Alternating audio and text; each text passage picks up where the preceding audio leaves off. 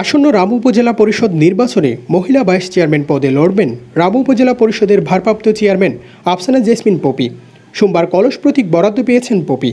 এদিন রামুর বিভিন্ন স্থানে আনন্দ শোভাযাত্রা করেন আফসানা জেসমিন পপি ও তার সমর্থকরা।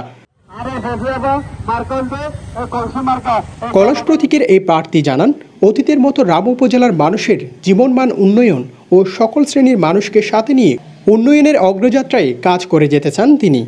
আমি ভাইস চেয়ারম্যান হই বা না হই, আমি রামু উপজেলা জনগণের কাছে যে আমাকে ভালোবাসা দিয়েছে, যে ভালোবাসা আমি পেয়েছি, সেই ভালোবাসা আমার কাছে সারা জীবনই থাকবে।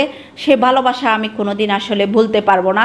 আপনাদের কাছে আমি আর অনুরোধ করছি, দ্বিতীয়বারের মতো আমাকে আপনাদের সেবা করার সুযোগ করে দিবেন।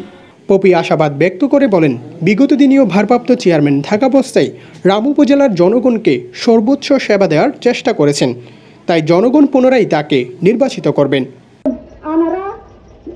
শান্তিপ্রিয় অজ্ঞ মানুষ বানাবেন, যিবা উপজেলা যায় বইয়ের শান্তি পাবে, ওনারা জনগণের সেবা করি পারিব, জনগণ যাইয়ের শান্তি পাইব। আর মা মেহনতি যারা গরিব দুঃখী আছে এবং আর মা বোন আছে, ইতারা যাইয়ের দুইয়ের কথা বুঝাই পারিব। News desk, TTN, Cox's Bazar.